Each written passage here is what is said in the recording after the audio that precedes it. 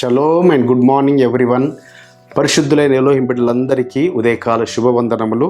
ఈ దిన కృపావాక్యము చూసుకుందాము. ఎలోహిం బిడ్డలారా, కొరింథీయులకు రాసిన 2వ పత్రిక 12వ అధ్యాయము 10వ వచనము. నేనెప్పుడు బలహీనుడనో అప్పుడే బలవంతుడను. అపోస్తలుడైన పౌలు గారు ఈ మాటలు రాస్తున్నాడు. నేను ఎప్పుడు బలహీనుడనో అప్పుడే నేను బలవంతుడను. అనగా ఎప్పుడైతే తాను భౌతికంగా బలహీనపడుతున్నాడో ఆత్మయందు ఆయన దినదినము అభివృద్ధి చెందుతున్నాడు. ఎప్పుడైతే భౌతిక సంబంధమైన ఆయన బలహీనతలు కలిగి ఉన్నాయి, ఆయనకు కొన్ని వ్యాధులు ఉన్నాయి, ఆయనకు ఒక ముళ్ళు ఉన్నది.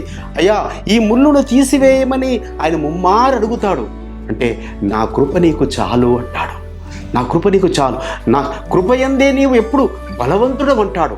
కాబట్టి పరిశుద్ధులైన ఎలో బిడ్డలారా, ఆయన భక్తులు ఎప్పుడు కూడా భౌతిక సంబంధమైన శ్రమలలో చిక్కుకున్నప్పుడు, భౌతిక సంబంధమైన వ్యాధులలో చిక్కుకున్నప్పుడు, భౌతిక సంబంధమైన వాటిలో ఇబ్బందుల్లో చిక్కుకున్నప్పుడు వారు ఆత్మీయంగా దినదినము వారు అభివృద్ధి చెందుతుంటారు. యోబు భక్తుని చూసినట్టయితే ఆయన సర్వము కోల్పోయాడు, ఈ లోకంలో సమస్తము కోల్పోయాడు, తన 10 మంది సంతానము కోల్పోయాడు, తన ఆస్తినంతా కోల్పోయాడు.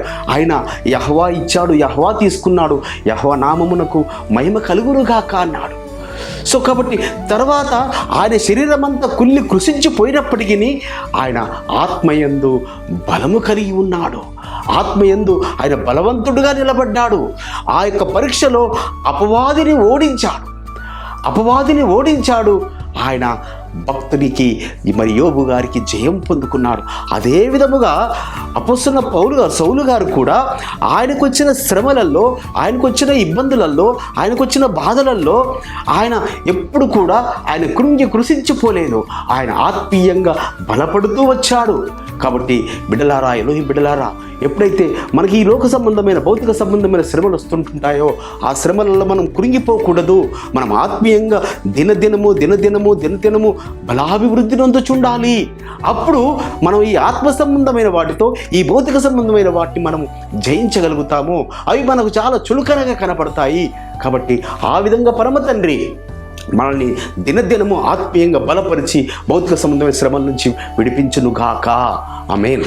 ప్రార్థన చేసుకున్నాం. పరిశుద్ధుడైన తండ్రి, అబ్రహాం, ఇస్సాకు, యాకోబులు, ఎలోహిం, అవును నాయన, మేము ఎప్పుడు బలహీనము అప్పుడే బలవంతులమని నాయన అపోస్తలుడైన పౌలు గారు సెలవిస్తున్నారు. అయ్యా, శ్రేష్టమైన గ్రంథములు, శ్రేష్టమైన భక్తులు అనేకులు యోబు గారు సెలవిచ్చారు.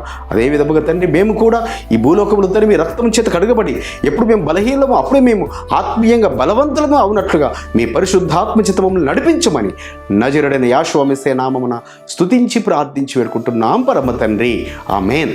మన పరలోకపు తండ్రియు, మన రక్షకుడును, విమోచకుడును, నజరేయుడైన యేషూవ మెస్సీయ వారి దివ్య సముఖము నుంచి మీకు, మీ కుటుంబాలకు, మీ వంశాలకు శాంతి, సమాధానం, కృపయు నిరంతరము నిలిచి ఉండునుగాక.